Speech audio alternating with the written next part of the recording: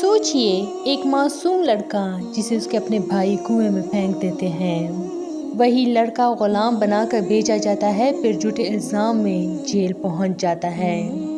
لیکن یہی یوسف علیہ السلام چند برس بعد اسی ملک کا وزیر بن جاتا ہے۔ آخر ایسا کیا راز تھا صبر، پاک دامنی اور اللہ پر یقین کا، جس نے کنویں سے تخت تک کا سفر ممکن بنا دیا؟ اگر آپ نے یہ راز جان لیا تو شاید آج کے بعد آپ کی زندگی کا غم بھی چھوٹا لگنے لگے۔ حضرت یوسف علیہ السلام کے سوتیلے بھائی اس کوشش میں تھے کہ کسی نہ کسی طرح اپنے اس بھائی یوسف علیہ السلام کو اپنے ساتھ لے کر جائیں اور کسی گہرے کنویں میں پھینک دیں تاکہ کوئی مسافر انہیں اٹھا کر لے جائے۔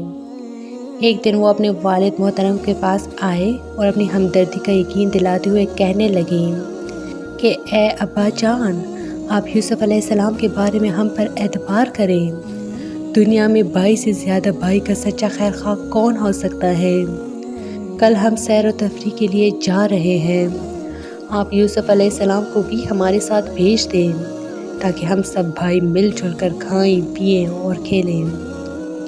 حضرت یعقوب علیہ السلام نے خدشہ ظاہر کیا کہ یہ ابھی چھوٹے ہیں، کہیں ایسا نہ ہو کہ تم کھیل کود میں مصروف ہو جاؤ اور انہیں بھیڑیا کھا جائے۔ لیکن بھائیوں نے اپنے والد محترم کو یوسف علیہ السلام کے تحفظ کا پورا یقین دلایا۔ آخر کار حضرت یعقوب علیہ السلام نے انہیں یوسف علیہ السلام کو اپنے ساتھ لے جانے کی اجازت دے دی۔ فرمان الہی ہے۔ ترجمہ: اس فیصلے کے بعد انہوں نے اپنے باپ سے جا کر کہا، اے ابا جان، آخر آپ یوسف علیہ السلام کے بارے میں ہم پر اعتبار کیوں نہیں کرتے؟ حالانکہ ہم تو یقیناً اس کے خیر خواہ ہیں۔ کل آپ اسے ضرور ہمارے ساتھ بھیج دیجئے کہ وہ خوب کھائیں، پئیں اور کھیلیں۔ اس کی حفاظت کے ہم ذمہ دار ہیں۔ انہوں نے کہا، تمہارا اسے لے جانا مجھے تو سخت صدمہ دے گا اور مجھے یہ بھی ڈر ہے کہ تمہاری غفلت کی وجہ سے کہیں اسے بھیڑیا نہ کھا جائیں۔ انہوں نے جواب دیا کہ ہم جیسی طاقتور جماعت کی موجودگی میں بھی اگر اسے بھیڑیا کھا جائے پھر تو ہم بڑے ہی نکمے ہوئے۔ حضرت یعقوب علیہ السلام کو مطمئن کرنے کے بعد آپ علیہ السلام کے بھائی انہیں لے کر چل پڑے۔ جیسے ہی وہ اپنے والد محترم کی نظروں سے اوجھل ہوئے، آپ علیہ السلام کو مختلف انداز میں پریشان کرنے لگے۔ آخرکار انہوں نے اپنے طے شدہ پروگرام کے مطابق آپ علیہ السلام کو ایک گہرے کنویں میں پھینک دیا۔ جیسے ہی آپ علیہ السلام کو کنویں میں ڈالا تو اللہ رب العزت نے آپ علیہ السلام کی طرف وحی فرمائی کہ آپ پریشان نہ ہوں، آپ جس مصیبت میں ابھی گرفتار ہوئے ہیں بہت جلد اللہ تعالیٰ آپ کو اس سے نجات دلائیں گے اور آپ کو ایسے اعلیٰ مقام پر فائز فرمائیں گے کہ ایک وقت آئے گا کہ یہی بھائی آپ کے سامنے شرمندہ ہو کر کھڑے ہوں گے اور آپ انہیں ان کی یہ باتیں یاد دلائیں گے اس حال میں کہ وہ جانتی ہی نہ ہو۔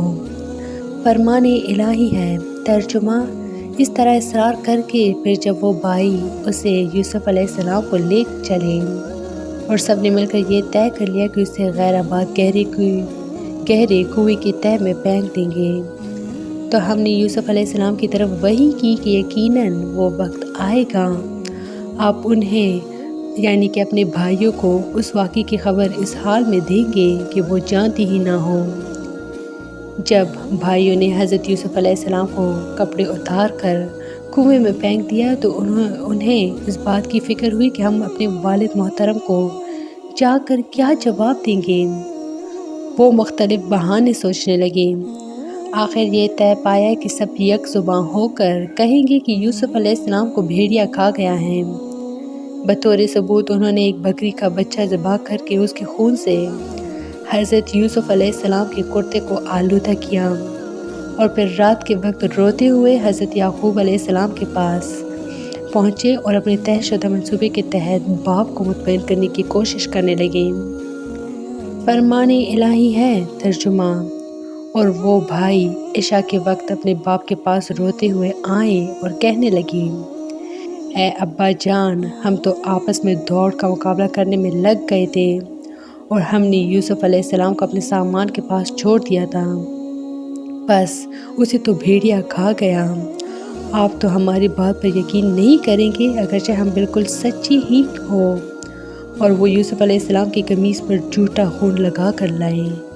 جب حضرت یوسف علیہ السلام کے بھائیوں نے حضرت یعقوب علیہ السلام کو حضرت یوسف علیہ السلام کا خون آلود کرتا دکھایا، آپ علیہ السلام اسے دیکھتے ہی پہچان گئے کہ میرے بیٹوں نے کسی سازش کے تحت یوسف علیہ السلام کو میری نظروں سے اوجھل کر دیا، کیونکہ وہ خون آلود کرتا کہیں سے بھی پٹا ہوا نہیں تھا۔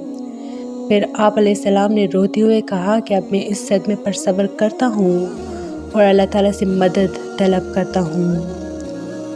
فرمان الہی ہے۔ ترجمہ: یعقوب علیہ السلام نے کہا، حقیقت یہ نہیں بلکہ تمہارے دلوں نے تمہارے لیے ایک سازش بنا لی ہے۔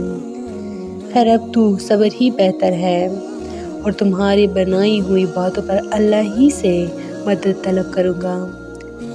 رسول اکرم صلی اللہ علیہ وسلم نے فرمایا، مومن کے معاملے پر تعجب ہے کیونکہ اس کا ہر معاملہ خیر اور بھلائی والا ہوتا ہے اور مومن کے علاوہ کسی کو یہ سعادت حاصل نہیں۔